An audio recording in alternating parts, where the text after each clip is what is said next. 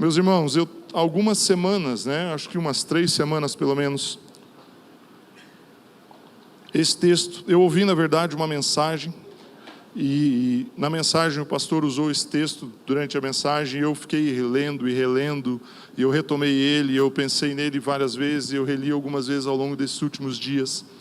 E eu acho que eu já cheguei a comentar uma vez aqui, logo que eu aceitei a Jesus, que eu mudei realmente a minha vida e comecei a frequentar a igreja. Eu morava numa república, num lugar que eu dividia o espaço com muitas outras pessoas. E eu ocupava naquele espaço, naquele lugar, eu tinha um quarto que eu dividia com outras 2 pessoas. Nós morávamos em 60 pessoas no mesmo lugar, no mesmo prédio. E eu tinha um quarto especificamente que eu dividia com outras 2 pessoas que eu morava ali com eles.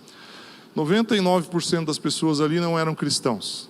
Era um desafio estar ali, convertido, 18 anos de idade, querendo fazer as coisas acontecerem de um jeito diferente do que eu vinha fazendo até alguns dias anteriores. E muitas vezes, o único lugar que eu tinha privativo naquele ambiente era o banheiro. Não existia privacidade. O que eu chamava de quarto não era só meu. O que eu chamava de casa, cozinha, ou um ambiente que fosse comum, tinha uma divisão com muitas outras pessoas. E muitas vezes eu fui para o banheiro, peguei a Bíblia e li esse texto. Do jeito que eu li aqui com você, na primeira pessoa. E ao longo do tempo, eu comecei a perceber que Deus começou a agir na minha vida, de uma maneira ou de outra. E as coisas começaram a acontecer. E o que eu quero compartilhar com você aqui hoje, é que para mim esse texto, do ponto de vista como Paulo coloca ele na carta, no momento em que ele coloca, ele está incentivando ou motivando ou instruindo a igreja de Éfeso, que era uma igreja que estava situada numa cidade importante, portuária, que tinha uma adoração a uma deusa específica dos gregos, que era um ambiente de muita prostituição, de muita promiscuidade, que era um ambiente politicamente muito confuso, também dominado e conquistado por muitos povos. Paulo olha para aquelas pessoas, para aquela igreja que ele mesmo ajudou a fundar, e ele escreve uma carta os orientando de que eles tivessem a capacidade de entender a largura, a altura, a profundidade, o comprimento, a grandeza do amor de Deus em Cristo Jesus sobre a vida deles. E quando eu leio esse texto, apesar de não existir essa palavra nesse texto, eu leio ele e eu vejo que o objetivo de Paulo era que aquelas pessoas todas tivessem uma experiência de comunhão com Deus. Ele queria que cada um dos membros, dos participantes daquela igreja, tivesse uma percepção tão profunda, tão íntima, tão ligada ao seu ser, de uma experiência de saber quem é Cristo Jesus. E a importância que Cristo tem na vida de cada indivíduo daquela igreja. O texto começa com uma expressão que na verdade ela merece uma breve explicação. Paulo fala, por esta causa. Por que causa? Na verdade, os 2 capítulos anteriores, a gente sabe que a Bíblia ela foi dividida em capítulos e versículos, muito depois da sua escrita. Então, esse texto, quando a gente fala, capítulo 1, capítulo 2, verso tal, isso daí é para nos facilitar a localização dos textos. Mas originalmente isso não era assim. E claro que quando você lê uma carta dessa, é necessário que você leia ela na íntegra, para que você entenda o contexto. E quando Paulo fala assim, por esta causa, a causa está descrita nos capítulos 1 e 2, onde Paulo começa trazendo um reforço para a igreja, sobre o fato de que cada uma daquelas pessoas estava nas trevas e havia sido transportado do império das trevas para o reino da luz.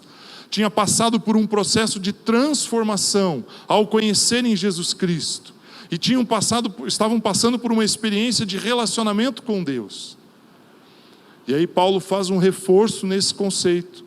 E ele fala que é pela fé que somos salvos. Ele aborda vários aspectos ali da salvação. E especificamente ele declara que nós somos herdeiros, somos co-herdeiros com Cristo. E ele vai descrevendo, no capítulo 2 ele começa, olha, você estava perdido, você estava nas trevas, você era do inferno. E aí então, ao aceitar Jesus, você veio para o reino da luz, você se tornou um filho, você se tornou um filho amado. E aí depois que Paulo estabelece quem aquelas pessoas são em Deus, e aí ele, com essa base, com esse princípio, com esse patamar inicial, ele fala: por esta causa, eu me ponho de joelhos diante do Pai, de quem toma o nome toda a família. E ali ele fala: olha, eu quero que vocês tenham uma experiência profunda com Deus. E quando o texto vai transcorrendo, ele vai escrevendo, ele vai declarando as demais questões que ele põe aqui. Ele sabe que aquelas pessoas precisariam estar fortalecidas, precisariam estar arraigadas, né? Eu gosto muito dessa palavra, né? Você olha uma árvore, às vezes a gente olha uma árvore, você vê ela por fora assim, sei lá, né? Eu tenho lá em casa uma jabuticabeirinha que a gente pegou o ano passado, tem mais ou menos a minha altura assim. Só que você olha o tamanho do vaso embaixo, e você sabe que ali dentro, onde você não enxerga, dentro daquele espaço, tem uma quantidade enorme de raízes que estão ali. Estar arraigado, meu irmão, é você estar firmado de uma tal maneira em Deus. No caso aqui do texto que Paulo fala, é você estar profundamente embrenhado, emaranhado com Ele, né? Enrolado com Ele em volta de você. É você estar preso nele. Paulo, ele queria que aquelas pessoas, elas tivessem uma experiência muito profunda com Deus. Não era uma experiênciazinha assim de, beleza, no culto eu vou lá no domingo, na igreja, as pessoas oram por mim, durante a semana ali, na segunda, ou na sexta, ou no sábado, dependendo do dia, eu vou no meu grupo familiar, se eu tiver algum problema eu falo lá para os irmãos, eu pego o meu celular, mando um WhatsApp para eles, para avisá-los lá daquilo que eu preciso, para pedir oração por algum motivo, ou por alguma razão, eu vou seguindo a vida. O que Paulo estava dizendo era exatamente o contrário. Ele falava: olha, para você poder sobreviver nesse ambiente, você precisa ter consciência de duas coisas. Você saiu do império das trevas, você hoje está no império da luz. Você é filho de Deus, você está aqui juntamente com Cristo. Só que para você poder usufruir disso, você precisa ter uma experiência profunda com Ele. E para mim a melhor maneira de definir, né? A Andréia deu os avisos aqui, a Juliane convocou a igreja para um tempo de oração, de jejum. Para mim a melhor definição da palavra oração, é claro que não é uma definição, não é um sinônimo, nada, mas a melhor definição da palavra oração é comunhão. Não existe oração sem comunhão, não existe oração sem ter um relacionamento, sem estar envolvido num relacionamento com Deus. O que Paulo estava dizendo para a igreja de Éfeso é: vocês precisam ter um relacionamento, um nível de comunhão com Deus tão profundo, que independente do que acontece em volta, e aí eu volto para a analogia da árvore. A árvore, ela está com seus galhos, seu tronco, suas coisas todas expostas. Se faz sol, ela é abrasada, né? Sofre o calor. Se chove, a água. Se venta, ela precisa estar firme. Mas o que sustenta uma árvore onde ela está, não é aquilo que nós vemos, mas é aquilo que está debaixo da terra. O que Paulo fala é isso: vocês precisam estar arraigados de uma tal maneira em Deus, que não importa a tempestade que passe, não importa o sol, o calor do sol que bata em você, as circunstâncias não determinam quem você é. O que determina quem você é aonde as suas raízes estão colocadas. É isso que vai determinar quem você é. É isso que vai determinar como você enfrenta as circunstâncias e as situações. Paulo, quando ele diz isso, ele fala, eu sinto, né, quando eu leio o texto, talvez pela quantidade de vezes que eu já li esse texto, eu olho e vejo Paulo dizendo assim: se você quer viver, você precisa estar profundamente colocado em Deus. É isso que Paulo dizia para eles. A comunhão com Deus é algo que excede a nossa forma de entender. Nós não temos capacidade humana, raciocínio lógico, racional, de entender por que Deus faz as coisas como Ele fez. Por que Deus criou o homem? Por que Deus, mesmo depois do homem ter se afastado dele, por que Deus, mesmo assim, movimenta-se sempre a favor do ser humano? Enviou o seu Filho, sacrificou o seu Filho, por amor a nós. E Ele permanece estendendo esse amor por toda a eternidade. Nós não conseguimos entender isso. Mas Paulo fala que ele gostaria que aquela igreja tivesse uma experiência para entender, a palavra, né? Eu falei, ter uma experiência para experimentar, claro que é uma redundância, mas Paulo diz que ele gostaria que aquelas pessoas experimentassem, que elas pudessem compreender, junto com os seus irmãos ali, junto com os demais santos, a largura, o comprimento, a altura, a profundidade, e conhecer o amor de Cristo, que excede o nosso entendimento. E esse é o desejo que eu tenho no meu coração, que você que está aqui hoje, seja presencialmente aqui ou nos acompanhando aí pelas redes sociais, que você tenha a possibilidade de compreender e de experimentar esse amor, porque a profundidade dele na sua vida transforma as circunstâncias e as situações em que você está envolvido. Aqueles homens, Pedro, Tiago, João, os apóstolos, os discípulos, Paulo depois e os demais que vieram, eles tinham essa possibilidade, eles tiveram essa possibilidade, eles experimentaram isso. E isso trouxe uma mudança na vida deles. Olhe comigo, Mateus capítulo 6, verso de número 6, texto muito, muito, muito conhecido por todos os cristãos aí que frequentam uma igreja. Jesus, ele ensinando os seus discípulos, ele instruindo os seus discípulos, eles pedem para ele para que ele os ensine a orar, e então Jesus, ele explica dessa forma: tu, porém, quando orares, entra no teu quarto e, fechada a porta, orarás a teu pai, que está em secreto, e teu pai, que vem em secreto, te recompensará. Meu irmão, Jesus está dando uma instrução aqui, que a oração, ela começa não no coletivo, não no ambiente coletivo. Os judeus, eles são o judaísmo é uma religião que incentiva e que instrui a oração continuamente. Não existe o fato de você ser judeu e não orar. A oração é parte do judaísmo. E é estranho, é curioso você olhar o texto, se nós olhássemos um pouquinho antes ali, os versos 3, 4 ali. Os discípulos de Jesus, judeus, homens que foram instruídos a orar a vida toda, sabiam como fazer, sabiam o que deveriam fazer. Eles chegam para Jesus e percebem, falam: opa, pera um pouquinho. Jesus tem um comportamento diferente nesse assunto aqui, ó. Esse assunto, Jesus trata de um jeito um pouco diferente. Então, eu preciso que você, Jesus, me ensine a orar. E aí, ao pedir isso, ao fazer esse pedido, Jesus instrui eles que a oração, ela começa quando você tira totalmente as suas máscaras. Vou pedir, Ju, vê se você consegue pôr ali Mateus 6, 3. Deixa eu ver se é o 3, eu estou aqui de cabeça, eu não anotei e nem passei para ela. Onde estava ali o 6, em vez do 6, 6, voltar um pouquinho ali o 3, o 2 e o 3, talvez. Tu, porém, ao dares esmolas, ignora a mão esquerda o que faz a tua mão direita. Vamos seguir ali.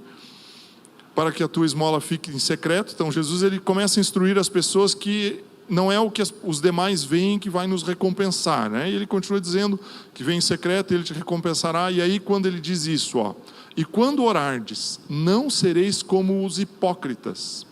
A palavra hipócrita aqui, ela não está atribuindo a outra pessoa uma qualidade de mentiroso, falso, enganador. Não exatamente. A palavra hipócrita era usada, veio do grego, evidentemente, né? O Novo Testamento está escrito em grego, e ela representava um ator. Quando alguém chegava, né, num teatro, num ambiente, e o teatro era uma das grandes distrações, né, dos divertimentos, do entretenimento daquela época, era o teatro. E quando você olhava o ator representando no palco, provavelmente ao terminar a peça, o desempenho do ator foi muito bom, alguém ia olhar para ele e falar: olha, hoje você foi um excelente hipócrita. Essa era a expressão que seria usada. Ser hipócrita aqui representa ser um ator. Representa a palavra original, do grego original aqui, é exatamente essa. Hipócrita representa ator mesmo. Deixa eu pegar aqui, vou até olhar a palavra, é o verso 5, né? Hipócrita. A palavra no grego é upócrites, alguém que responde e interpreta como um ator, um artista de teatro, um dissimulador. Essa é a expressão que Jesus fala. Jesus não estava xingando os judeus. Jesus estava dizendo assim: quando você for orar, você não pode atuar. Você tem que tirar todas as suas máscaras, você tem que tirar tudo aquilo que faz você parecer alguém, você tem que se despir dos seus pensamentos, onde você quer sempre, olha, o que eu vou falar? Será que o que eu disse agradou? Você tem que sair desse ambiente de querer representar algo, porque a base da oração é a comunhão, e aí não tem como você entrar em comunhão com Deus, querendo enganar o próprio Deus, dizendo assim: Deus, eu sou aqui, tal, assim, assim, assado. Jesus está dizendo para os seus discípulos: olha, antes de fazer qualquer coisa, você tira as suas máscaras, você tire a representação, tire a roupa de ator. Ontem foi feito um teatro aqui, alguns amados ali voluntariamente, e heroicamente se vestiram de heróis, representamos uma comédia aqui, com o intuito de comunicar a palavra de Deus. Vou pegar o exemplo deles, vestido de super-homem, de Batman, de Mulher Maravilha. Então tira essas roupas, porque você não é isso. É isso que Jesus está dizendo. Ao entrar no quarto, se desfaça de tudo, e ali você vai ter comunhão, ali você vai ter intimidade, ali você vai ser quem você verdadeiramente é, ali você não precisa representar absolutamente nada. O que Jesus estava dizendo era isso: entre no seu quarto, não represente nada, seja você mesmo. Não precisa falar para agradar, não precisa falar para tentar impressionar. Ali você é você e acabou. A hipocrisia fica para fora. Então Jesus está orientando os discípulos no verso 6, que eu li anteriormente, para que nós possamos ter um momento de oração. Nós precisamos ter comunhão, intimidade. E a comunhão, a intimidade é o que Paulo orienta a igreja de Éfeso a ter. Você precisa conhecer profundamente a Jesus. Para isso você precisa ter comunhão com Ele. O que eu estou explicando aqui para você hoje, compartilhando com você hoje, é que a comunhão com Deus em nossas vidas traz uma transformação tal, que não depende do que eu faço, como eu faço, porque eu faço o que eu sou, como eu me visto, como eu falo. A representação de Deus está em mim, quando intimamente eu me relaciono com Ele. E é isso que nós precisamos fazer. Nós precisamos avançar, parar de querer representar algo. E precisamos receber em nós, no nosso íntimo, a comunhão com Deus. Isso vai nos transformar. Muitas vezes as pessoas passam por nós conhecemos, fazemos uma amizade, o tempo passa, às vezes nos movimentamos, nos distanciamos. E aí, que marcas eu deixei de Cristo na vida das outras pessoas? Que marcas de Cristo as pessoas viram em mim? E isso só vai acontecer quando intimamente Ele estiver de tal forma no meu íntimo, tão profundamente ligado a mim, que aí aquilo que eu falo, como eu faço as coisas, como eu me expresso, isso impacta a vida das pessoas. Impactar as pessoas não é por aquilo que eu sei, pelos meus diplomas, pelo quanto eu estudei, pela minha formação, pela minha capacidade, pela minha inteligência. Impactar as pessoas pelo amor que está sobre a minha vida, pelo amor que está em mim, no meu íntimo, no meu profundo. Paulo, ele orienta a igreja de Éfeso a experimentar esse amor e refletir esse amor. Aqueles homens tinham uma profundidade tão grande nesse relacionamento. Olha o que João, o 1 João, está escrito em 1 João capítulo 4, o verso de número 4, 1 João 4:4. João, orientando a igreja também na sua carta, ele diz: filhinhos, vós sois de Deus e tendes vencido os falsos profetas, porque maior é aquele que está em vós do que aquele que está no mundo.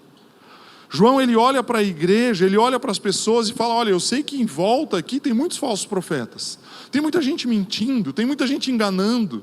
Você está se relacionando com pessoas aqui que não são pessoas de Deus.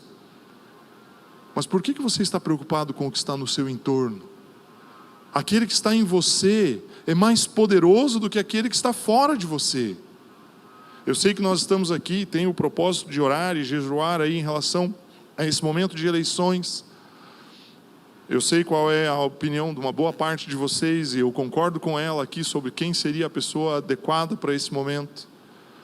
Mas, recentemente, um pouquinho antes do primeiro turno ali, pensando um pouco sobre isso, até mesmo orando sobre isso, eu tenho 47 anos, vou fazer 48 no comecinho do ano que vem. Eu comecei a fazer uma conta. Eu fui na internet, olhei lá 1975, quem era o presidente do Brasil? E aí eu fui vendo.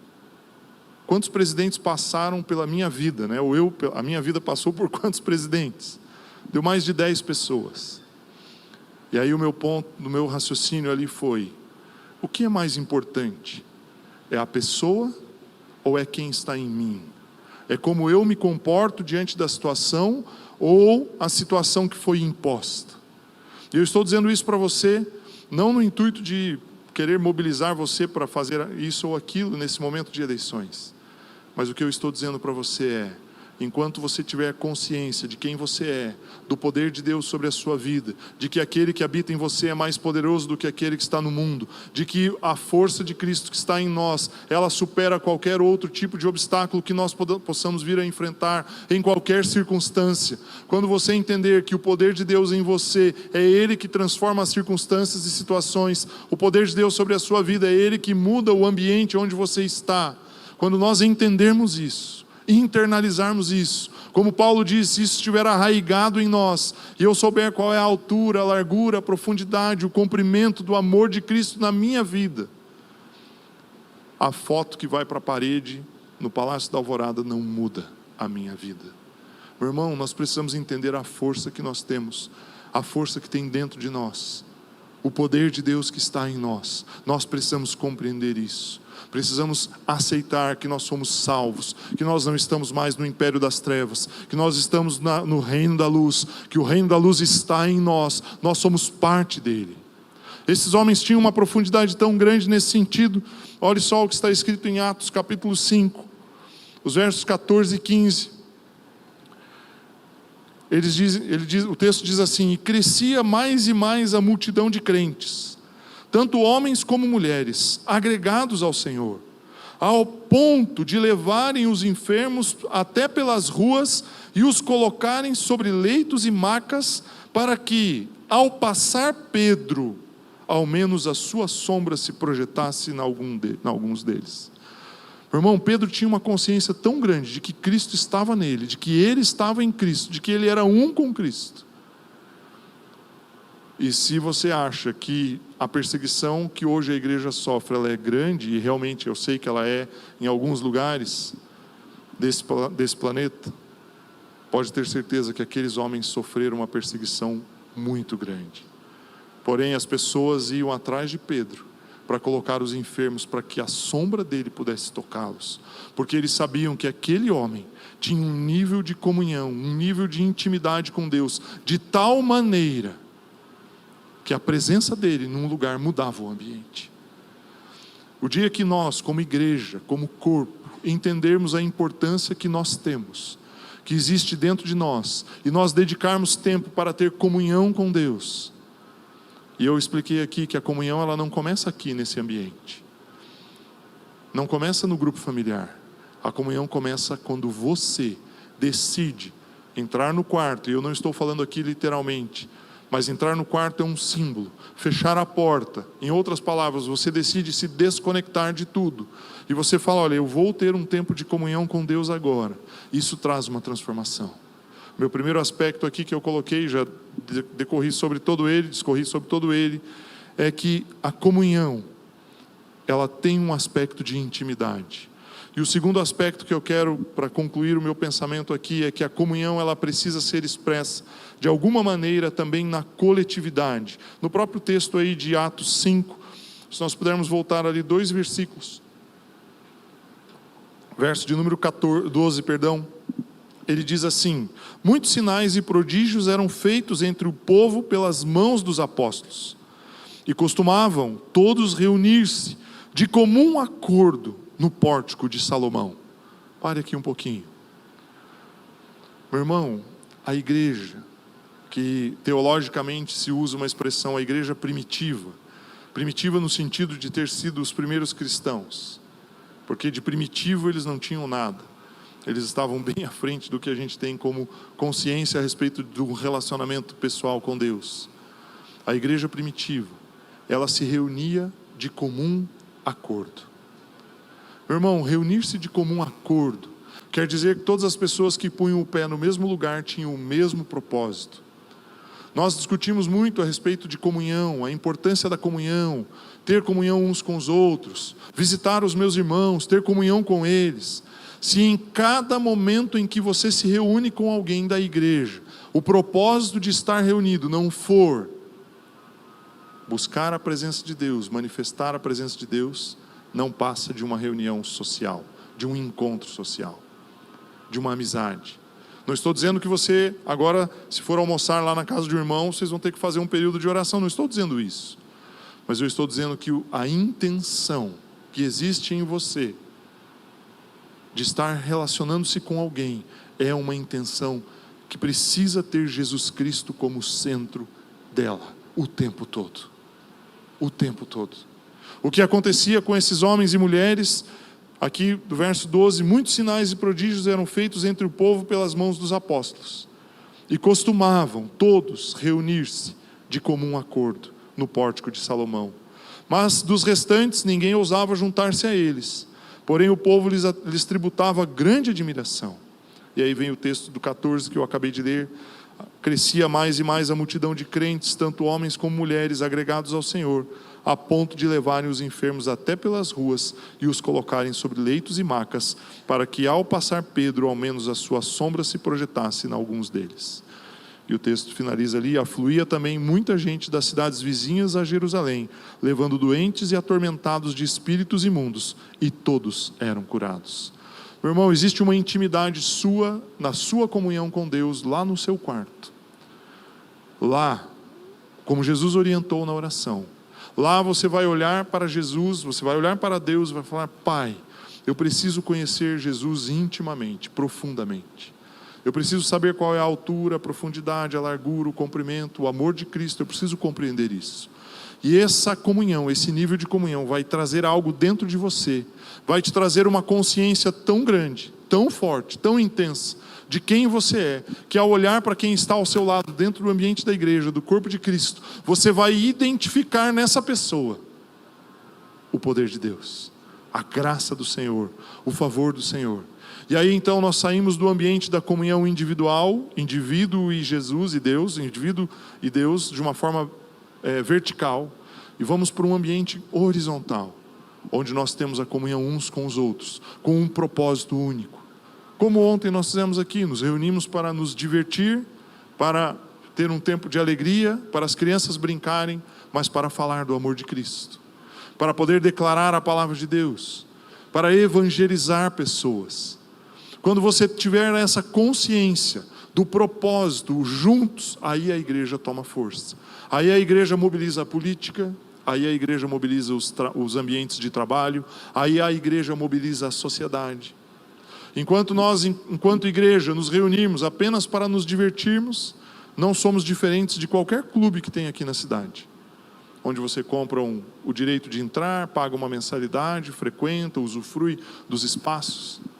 Mas quando nós, como igreja, tomarmos uma decisão de estarmos juntos para um propósito, para uma causa, e aí eu volto a Paulo, quando ele diz: por esta causa. Paulo tinha uma causa. A causa de Paulo era colocar a presença e o amor de Deus na vida de cada pessoa que passasse por ele.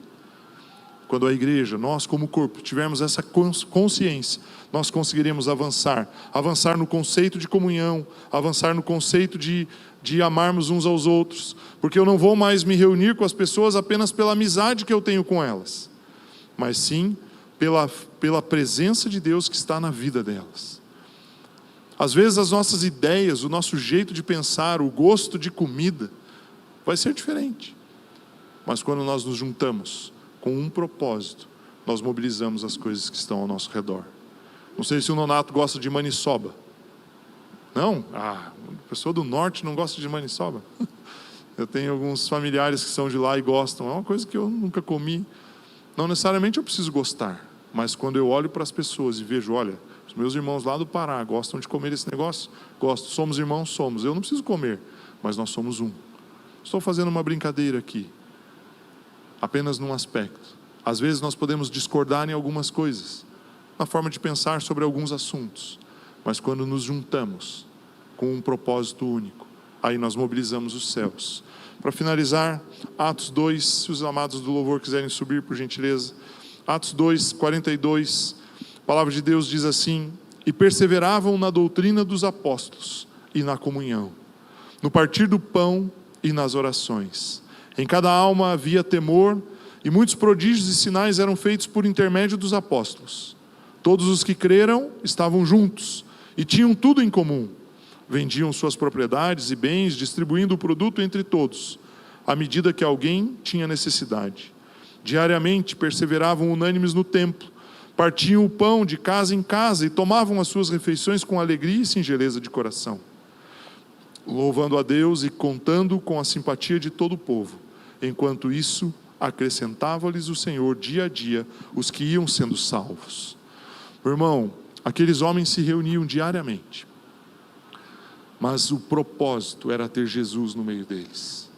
Quando nós estamos aqui, nós nos reunimos aqui, o propósito que traz você para este lugar não pode ser, eu vou ouvir uma mensagem, eu vou lá para a igreja, porque afinal de contas, se eu não participar do culto, pode ser que a minha semana não seja boa, tenho que estar lá, cumprir o meu papel de cristão. Se as motivações que tiram você da sua casa no domingo, ali 5h30, 5 e pouquinho da tarde, para que você venha para cá são essas, então vou lhe dar uma notícia: você está apenas frustrando a sua expectativa. Deus, ele não vai amar você mais ou menos por estar aqui.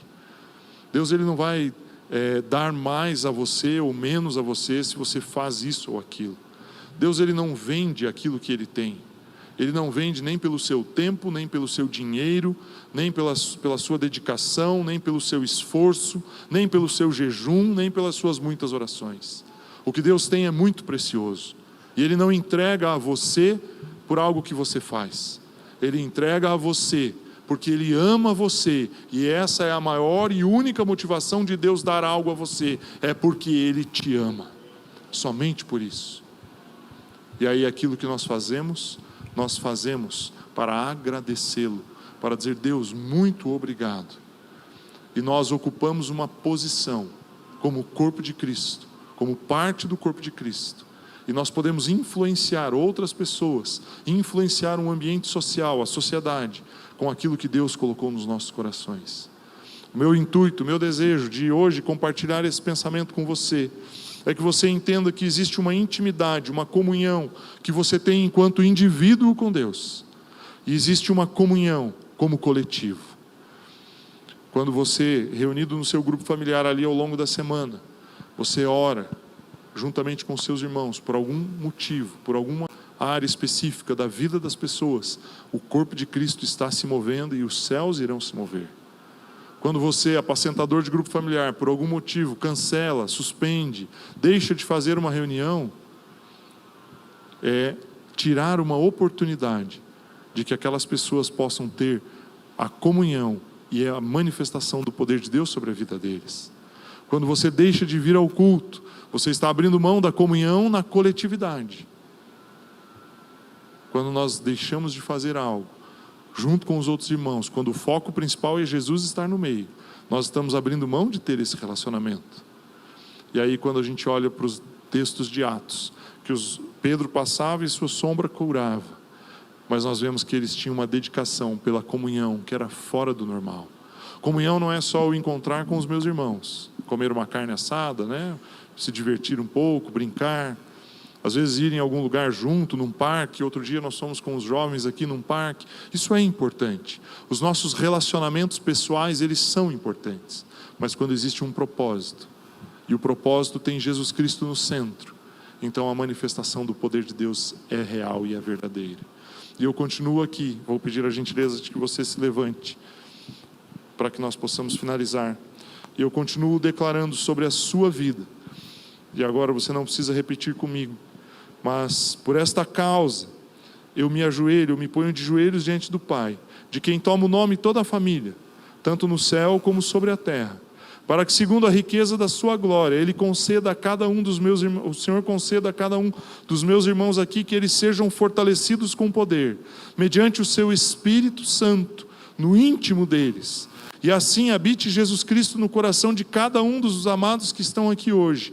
E pela fé, eles sejam arraigados e alicerçados em amor, a fim de que eles possam compreender, com todos os santos, qual é a largura, o comprimento, a altura e a profundidade, e conhecer o amor de Cristo, que excede todo o entendimento deles, para que cada amado que está aqui hoje seja tomado da plenitude de Deus, para que aquele que é poderoso, nosso Deus que é o Todo-Poderoso, para fazer infinitamente mais do que cada um que está aqui hoje pediu ou pensou, conforme o poder de Deus que opera na vida de cada um aqui.